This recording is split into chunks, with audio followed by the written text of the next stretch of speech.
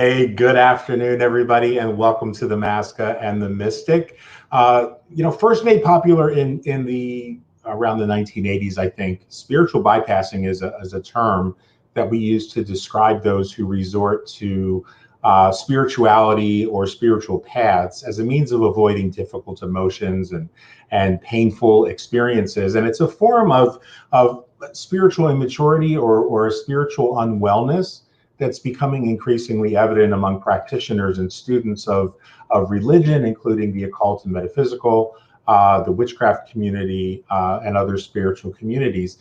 It's really one of those inauthentic or shallow spiritual practices or substitute spiritual practices in the service of repression, usually because we can't tolerate what we're feeling. We're just overwhelmed and we don't feel we can take any more of the real feelings. And so we think that we can substitute something, artificial as a means of escaping that. And our guest today, Richard Levy, is going to join Andrea and myself to discuss spiritual bypassing and more when we come back.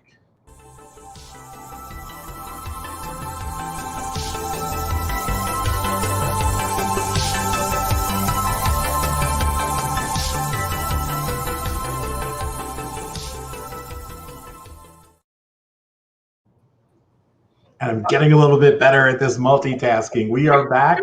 Hello, Andrew. Hello, Richard. And, as for those who are tuning in for the first time, Andrea Savar, my co-host, curator at andreasavar.com. And our special guest, as I said, is Richard Levy from London, England, who is an eclectic practitioner of the metaphysical arts and sciences, witch and herbalist, and member of the Doreen Valiente Foundation, and I'm going to let him actually do the full scope of anything I left out. But before we do, I just want to say thank you, of course, to everybody for tuning in and for liking and subscribing and sharing and all of that stuff. And as I said before the intro, we live in a world where spiritual bypassing is evident and is, I think the word I was looking for in the intro might be, just see, I got to pull up the comment section here. Hey, Scott, spiritual bypassing is a defense mechanism. That's the word I think I was looking for. It's a justification for escape. But I think and that's been a problem for generations. But I think at times like this, when there are authoritarians or aspiring authoritarians raging beyond the rule of law, where racial and social injustice and violence and murders are going unpunished, and where a global pandemic is raging and devastating families around the world, where the shrill tenor of those that are out there sort of in a predatory format, which is how I think the conversation came up a couple weeks ago, where people are out there peddling spirituality as a solution, is reaching epidemic proportions itself. And then when you add to that the Lee Press-on armchair scholars, the YouTubers, the deluded self-proclaimed authorities on all things witchy, I think it's time we talk about it. And so today we're really lucky because we have somebody who has a real British accent, not an affected one, who can really bring, I think, some depth. The depth of discussions that Richard brings, no matter what the show is, no matter what the topic is always exciting. So Richard, welcome, and Andrea, I want to give you an opportunity too to kind of start off the show before we turn it over to Richard to really talk about why it was he brought that up a couple weeks ago.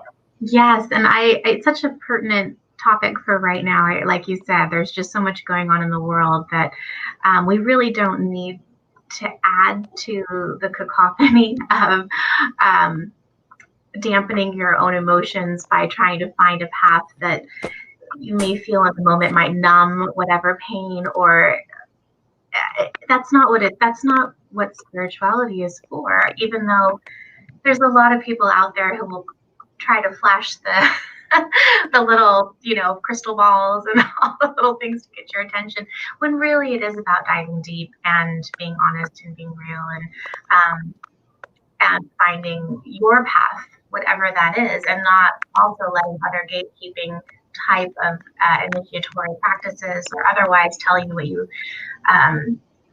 what does or does not make you a spiritual person. So yeah, we'll get into it, but I want to hear what Richard has to say, because I know what Richard has to say. I hope he's connected. Are you there, Richard? Yes, we can. Just check. Can you hear us? Sorry, because oh no, reason the sounds.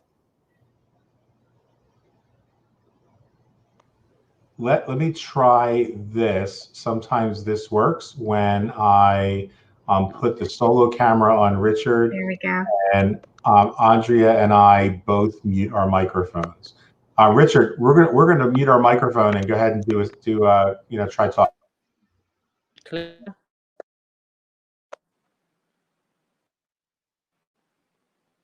I'm not sure if this is working. I'm also trying to use another device. We're hearing you okay. Sorry? We're hearing you okay now. I think you're saying. I think you can hear me. I can't quite hear you guys, I'm afraid. So I'll try and we can see how. Oh. I'm so sorry because. Okay, Richard, if you want, go ahead and jump off and jump back in and see if that helps. I'm trying to.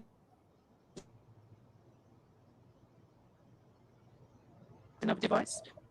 Poor Richard. Okay, Richard's going to try and jump on with a separate device. So that sounds like a great idea. And in the meantime, we'll let's see if we've got him back yet. Yeah, we'll give him an opportunity to jump back in and jump back out. I heard a little one in the background there. Like I heard this little. She's always curious. What are we doing? I know. She's like, "What are you doing in there?" That's awesome. I know. And her little voice said in French, "I'm not gonna make noise." So we'll see. So we really have to do that. We have to get her on the show. Of course, she'll be super shy and just be like, back in a way. Yes. But anyway, please go on. I mean, maybe we should just dive in while Richard's popping back on again. Do you want to go first, or should I go? Go ahead. Well, I know I'm not a psychologist, so please, that's very much out of my depth in that sense. So I know how that term can be used because people use it in a way to cope, basically. So spiritual bypassing in some ways can be seen as a coping mechanism, but it's not a good one. That's the thing, is it's one of those ones that in the end may actually add, I think, to more of the suffering, because you have this glimmer of light and hope that there's an easy way out. There's a way to go around all these feelings, and I can just go right into the white light and make everything good again. And unfortunately, that's just not an easy path. So that's it's we were talking before the show about something like that, and the things that come to my mind when we talk about spiritual bypassing is that really deep and profound hurt and pain or being outside of our comfort zone that we know is so much a part of the path. I mean, I was saying before the show, I'm probably one of the most antisocial people that I know. I would love to just live in a little hollowed out tree as long as it had Wi-Fi. Right. But I know that our spiritual path, our journeys are empty without one another. And excuse me, I think that's where this culture of toxic positivity comes in, where the people who are being toxically positive aren't being toxically positive because that's what they really believe. But they believe that if they keep on just saying, "Oh, no negativity, no politics, no blah blah blah" on my wall, that magically the world's going to get better, and that's not how it works. It's And that's not. taking us out of our power, because the only way we make things better is by making things better. Yeah, and actually getting in there and rolling up your sleeves and doing a lot of the work. And a lot of the work that happens outside of us first starts inside of us, and I don't want it to be like one of those things where you say, oh, no one can love you until you can love yourself, because that's horrible. But I feel like more of once you start looking at the things that are triggering you outside of yourself and are the things that are, for whatever reason, being mirrored to you, those are the things that you kind of have to look at yourself and work on. And it's often really uncomfortable. Like, it's just very, very uncomfortable. But when you pass through to the other side of it, I feel like there's a peace and a calm that come that really are otherwise unattainable to that same degree. Yeah, I think so too. I think, a lot of times, here comes Richard back again. Oh, great. Yay. Pull him in the stream. Richard. Are you? Oh, there he was, and there he isn't. We'll continue to chat and hopefully get here. It's one of those things that there were a couple other shows where Richard and I had issues with cross-continental thing. I think he's coming in again. Okay. You gotta love technology. Mm-hmm. Are you there? I think that's working. Yay! Oh, that's great. That's brilliant. We can hear you better as well. So I don't know how much of the conversation you heard, but we were talking about how, one of the things that we see a lot of in our community, that's just a sign or a symptom of spiritual bypassing, is sort of this toxic positivity where people say, oh, can't get involved in politics, can't talk about anything negative. My magic doesn't, never has anything baneful in it. And it's all that fa la la la la, because we don't want to get into that uncomfortable space. I want to learn witchcraft, but I don't want to be part of any witchcraft community, because that might get messy, because people are messy and people are not easy. But it seems to me like the only way you're going to get the growth is going to be to do the work. You don't go to a gym and look at the equipment and say, how pretty, I'm going to have muscles next week when I come back. I might do that. Well, I didn't say that we don't do it. It won't work. Otherwise people, and gyms count on that. Gyms count on you buying the gym membership. Never use it. You can say, I'm a member of that gym. Can't you tell? Dive in. Join the conversation. Because you started this. I know.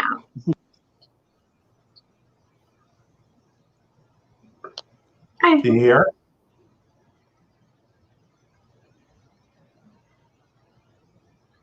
Your microphone doesn't seem to be on.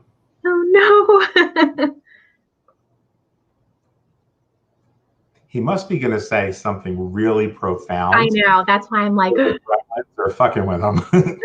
Okay. Let's unmute his mic. Let me see if I can.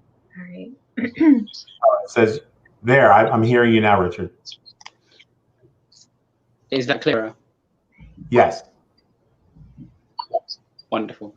So yeah, I agree. I think that the problem that we're seeing, and this particularly started to really show itself with the BLM movement. It was there always in some ways, but this really showed it off. And it was just this essential idea that people have this idea, they can separate these two things in order to not have to deal with the things that are uncomfortable. And the thing that really, I think, concerned me with that is that doesn't in any way help people who are actually struggling and oppressed. And when you're talking about witchcraft particularly, it's usually been about oppression and rebellion. They link in very much. And folk magic is always something which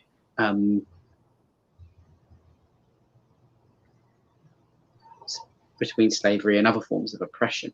So when you look at even something like hoodoo, for example, you know, that specifically came out of African American slavery, would become African American at least. And what is ridiculous is this idea that not worrying about, the reason I mentioned hoodoo specifically is because of BLM, but this idea that, you know, no one wants to care about the culture it comes from, the concept it comes from. They just want to use the magic, and that's the height of privilege and appropriation at its best. Absolutely. Yes, hugely, yes. And you know, we saw on social media this past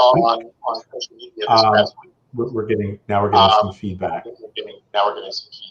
Okay, what I think I'm going to do, I think it may be coming from the device. I'm going to go ahead. Let me see.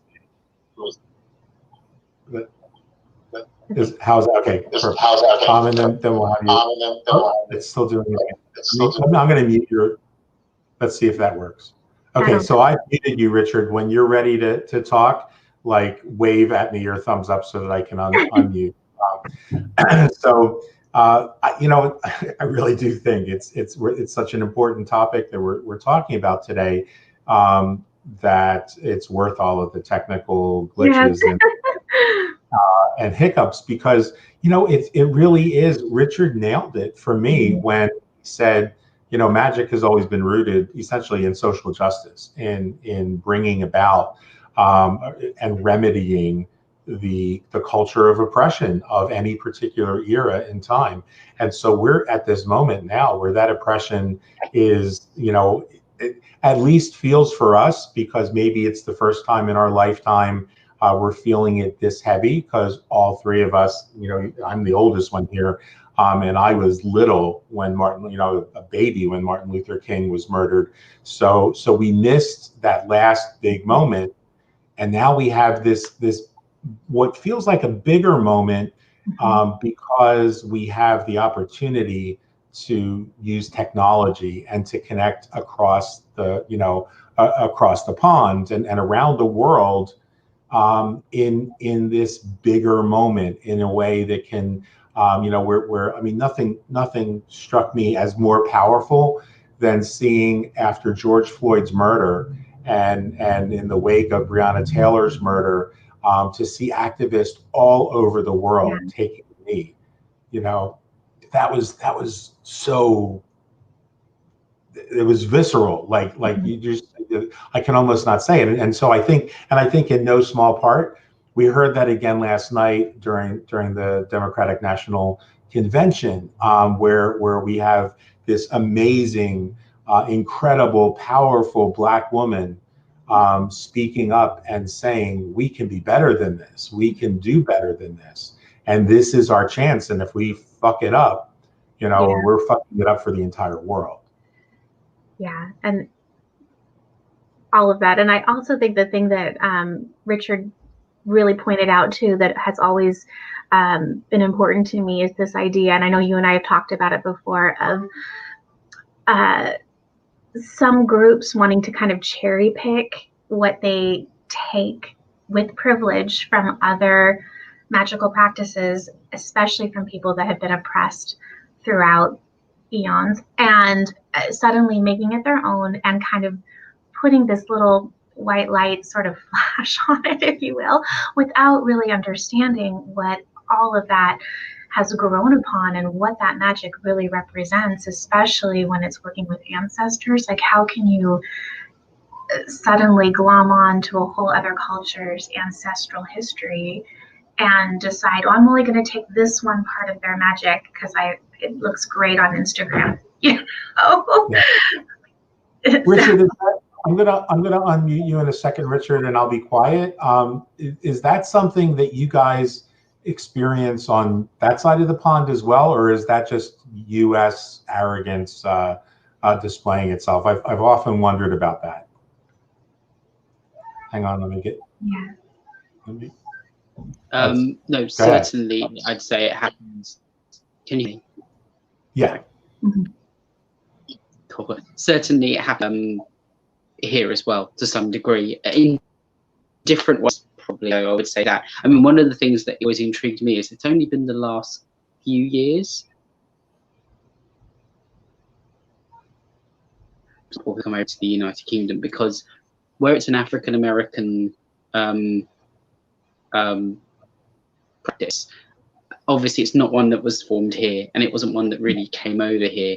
But what happened is you had people writing books in the States that came over here who didn't fully necessarily reference where they were getting some of these things from. So it kind of came over here, and people have been using it and using it and using it, only for it to kind of never have been really referenced. Wow. In a way that people are aware that that's what to do. In America, you could probably find out a bit more easily because you can find people practicing voodoo. Over here, I know one person who's African American that's here practicing voodoo, and that's been interesting because that's meant I've been able to pick up on a lot more things. But certainly, you do find that people do some of that cherry picking, and I would say that happens. They're doing that using almost all traditions. And then it depends on what label they like to use as their tradition, which of course means you'll get people, you know, and I know this is something that hits particularly people using the term strega, drawing it directly from Raven Grimassi, and then that being seen as a form of like Italian witchcraft that without any real reference to actual Italian witchcraft. To be honest, I see it even the same in Wicca, to be honest, actually, because there you have a tradition that was always meant to be initiatory when it's established. So what they're doing is, oh, I like the sound of that, I like the sound of that, but they have information, not substance. And I just feel we have a lot of maturity out there because platforms allow for that. You know, I hate to dwell on it, and I didn't at the time. I didn't really like when others did, but obviously we had that TikTok fiasco stuff, and you know that to me just showed a very immature attitude that was out there, and that's fine. People are young; they're going to be immature. Now, if I don't want to go into it, but if they happen to be actually doing those things, they're just biting off more than they can do. If they're not doing it, they just want attention. That's childish. Hopefully, they'll grow up one day. That's fine. You know, it's nothing I really want to hold against them being an idiot. We all do it when we're kids. But I think that when it comes to more of the bypassing element, it's the thing that I really see a lot of is this misuse of terminology, and because the thing is the problem is that there are terms such as that. You know, people talk now a lot about gatekeeping and sovereignty, and both those two things can actually be used negatively as well as positively. You know, you can easily, I've seen these get used in the sense of, you know, oh, you're gatekeeping, when actually all you're doing is questioning and challenging where someone maybe has appropriated, and then you kind of just destroys the conversation and the dialogue.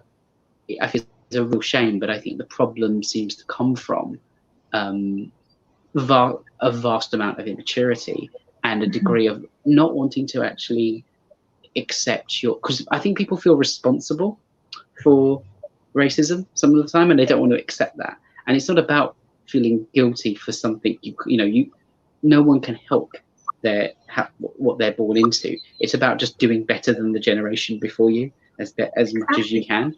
And people instead, they take it so personally, and the best way then they can deal with that is to just ignore it, or to just like shrug it off, or say, you know, we're spiritual, we don't have to worry about things like that, when actually I think that shows a complete lack of spirituality, because you're disconnecting from humanity in doing so.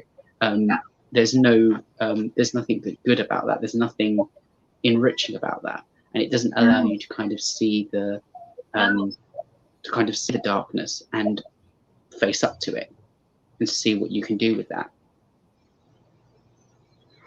Absolutely. Andrea, go ahead. I know you were going to say something. Oh, it was just, exactly what I had thought very often, this idea of there's on the one side the immaturity of the TikTok group when whatever was going on there, which, you know, like exactly like Richard said, we can kind of set that aside as just being something else. But when people are very specifically saying, I'm a very spiritual person, therefore I don't have to engage in what's happening around me in the world, it feels very, it's basically the antithesis of everything we're supposed to be doing in our traditions.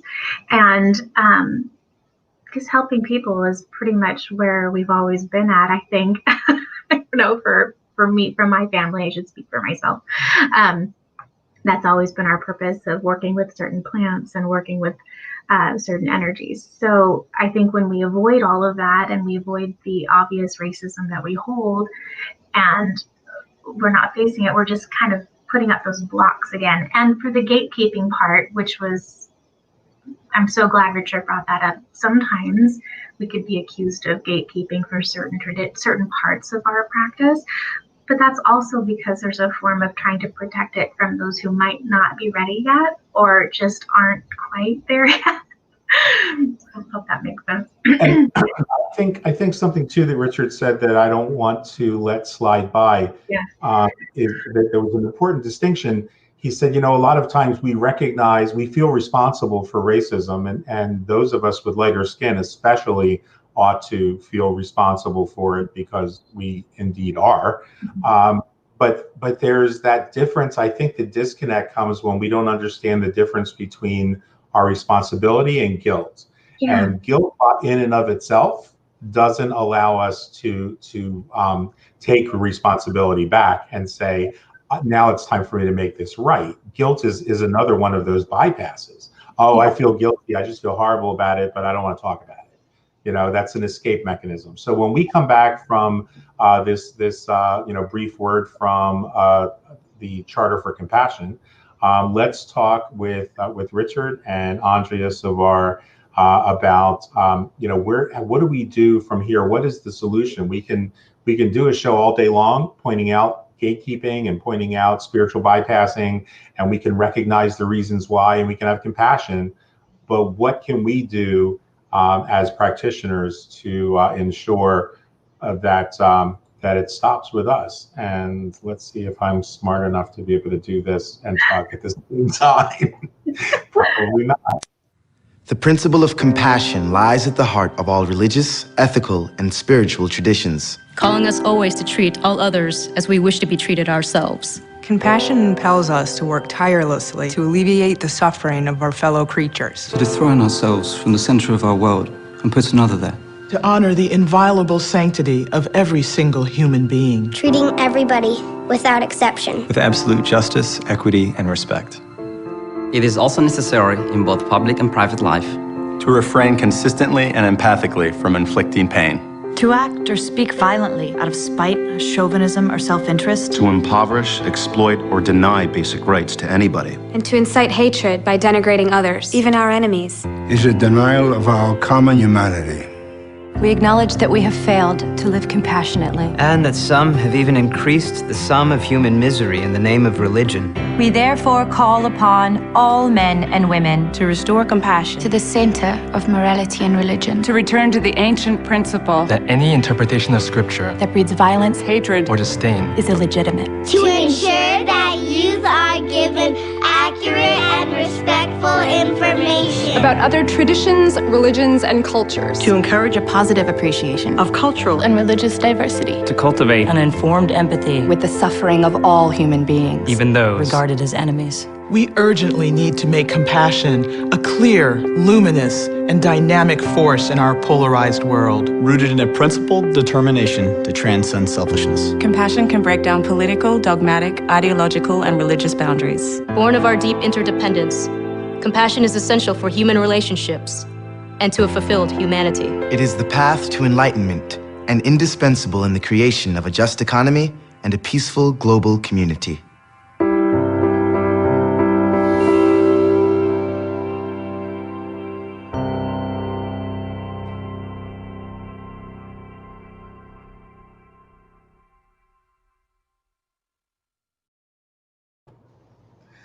And we're back. You're watching The Maska and the Mystic. This is Dr. Gianmichael Salvato. With me, my co-host, Andrea Savar. And our special guest today, Richard Levy from London, England. And just before the break, we were talking about spiritual bypassing, gatekeeping. Richard brought up a great topic of how people can even use the term sovereignty or claims to sovereignty as a form of spiritual bypassing. Really, like I'm just exercising my sovereignty when I trample all over your tradition, or I appropriate, your rituals, or don't acknowledge your right to that very same sovereignty. So guys, my question for you is, where do we go from here? What is that next step that we can take to move beyond spiritual bypassing, and how do we get over, how do we get through, as Pema Chodron would say, the only way to avoid or to get through suffering is to go through it. You can't avoid it, because avoiding it only causes more suffering. So what do we do in order to go ahead and ameliorate that suffering? Go ahead, Andrea, we'll start with you. Okay.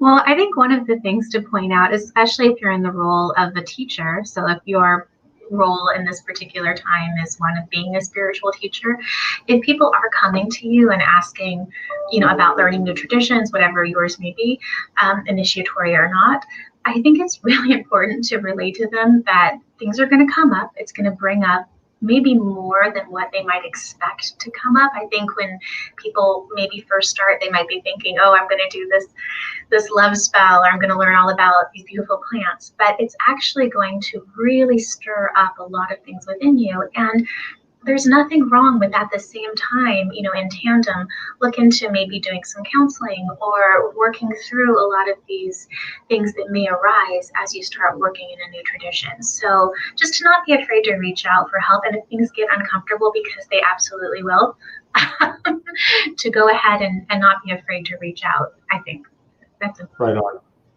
Richard, what are your thoughts? Where do we go from here?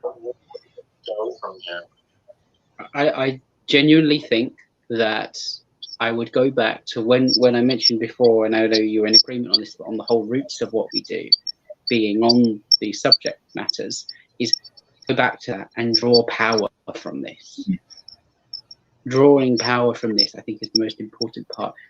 We claim power from darkness. That is what it means. We claim power from darkness. This language that we have sometimes when I encountered it recently in an unusual way, actually, where someone calls themselves a white witch, and you do want to question them in a sense of, does that mean you're a white person who's a witch? But obviously they are trying to refer to the fact that their magic is only usually the good. And I think it's a bit of a racist issue in our language that we say black and dark are bad, white and light are good. I would say we draw power from darkness, and we draw power from things like this, and we are active in doing so. Andrew's completely right. This stirs things up. Magic's meant to do that. It shows us our weaknesses, it shows us our darkness, and from these big powers of our unconscious, we integrate with those and we claim power from that. I think it was Joseph Campbell said something, and I am paraphrasing, but he said the demons we can eat give us their power. And that, of course, is this idea that these are powers, when we integrate with them, we absorb them, is power we can claim. And I think the reason I think it's an important way of seeing this is because people often, I think it's another reason people actually bypass is, whilst I think we always want to, and it's understandable, but it's not acceptable, because what people are doing is they feel powerless. Where do we start when this stuff happens? And I would say that the first thing you need to do is claim power from this, because when you can claim power from this, you don't feel so powerless. You start making steps, you start to make a stand, and you look after your backyard with this stuff, and then it will grow, and you will, you can use other platforms such as this to do so, but not to be afraid to go for this. If you're afraid of the darkness, you're in the wrong camp. For sure.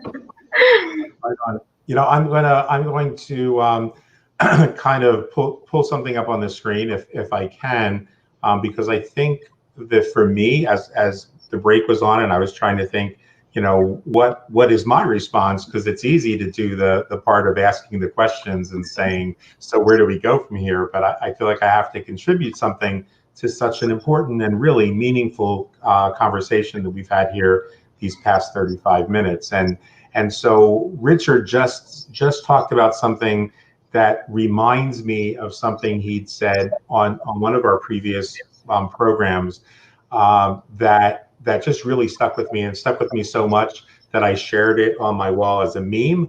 And that is that, in order to be able to come back into our power, we have to be able to become an empty vessel. And here is, I'll see if I can pull this up on the screen. Here is that meme that I created, where Richard said, emptiness is a gift to the magical practitioner. It's a vessel of limitless potential. And I think sometimes, and would love you guys' feedback on this, I think sometimes that's what we're afraid of, is we're afraid that if we really allow ourselves to be empty and be in all the feels, that might be uncomfortable, that somewhere in all of those feelings, we might also rediscover our power. And that we're, as someone once said, that our fear is not so much that we are powerless, but that we are powerful beyond imagination. What are you guys' thoughts on that? And Richard, when you're ready to talk, you have to unmute. Well, okay. Do you want to go? There's a lot there. But yes, I think there is that fear of being more powerful than you really could fathom. And when you start to feel a lot of that, especially when you're first starting out, or when it might get a little overwhelming, I think that idea, not just emptiness, but emptiness can also mean oneness with everything around you. So I think there's this feeling too, where empty, I think there's this fear of not filling a space, or not being completely yourself, and letting go of a lot of that and being in oneness is also very much part of where you find all of your power. And it just being able to step outside of yourself and kind of directly into that particular power source is where you find it. Now, I find a lot of power in darkness as well, and always have. And I think we talked earlier another time about this term shadow work. I don't want to bring in a whole other topic, but I think that's where a lot of this kind of comes into play. And it's become very popular right now in terminology. I don't know if it's being used to its full extent, but I think we're on the precipice there of really getting into it. But I want to hear what Richard has to say.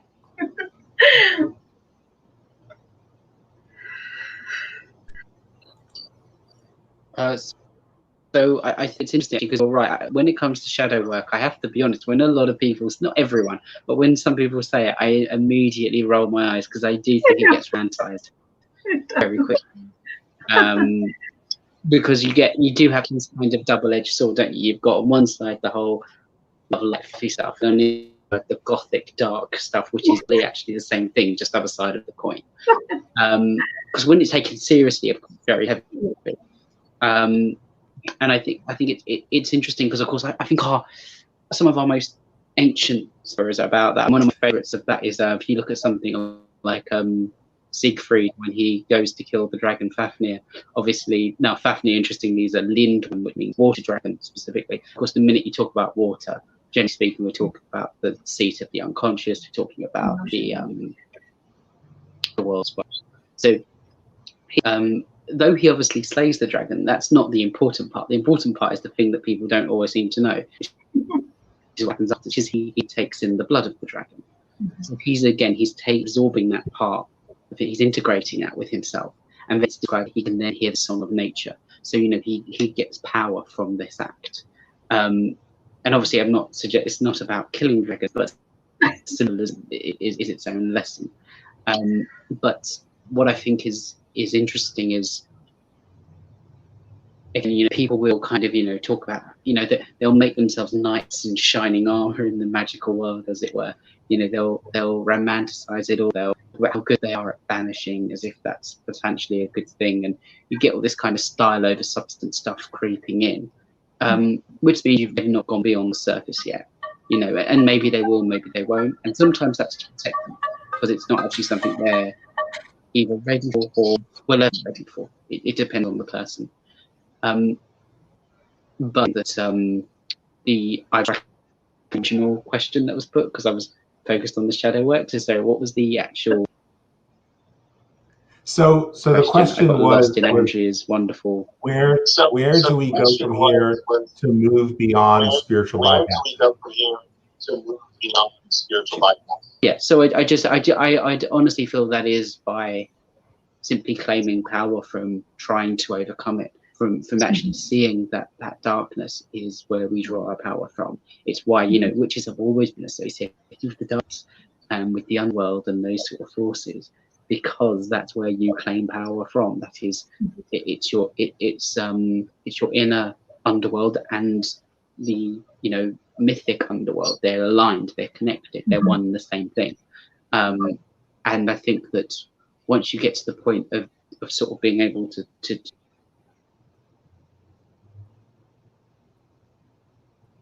Oh, Richard, we just lost your second.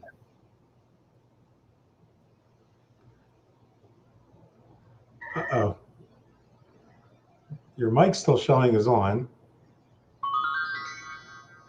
Okay, what I'm going to do, we're coming right up on 41 minutes in, so we've got 3-4 minutes to go.